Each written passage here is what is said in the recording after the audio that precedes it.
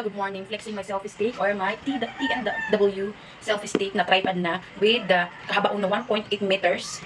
Then, may remote control na for leg support, wide angle switching, rotating handle, and GoPro accessories. So, pag abot sa iyo, ang iya box, may manual o may free na cord for charging sa iya, Bluetooth na, may niyan remote control.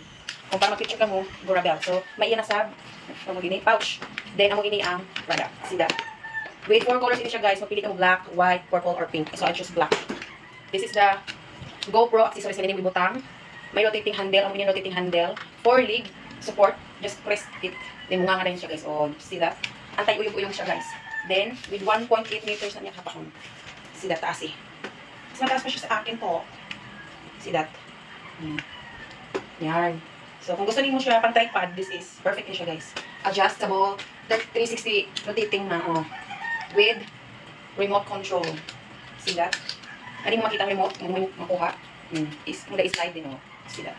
Then kung gusto niyo siya i-selfie, yan. Rotate.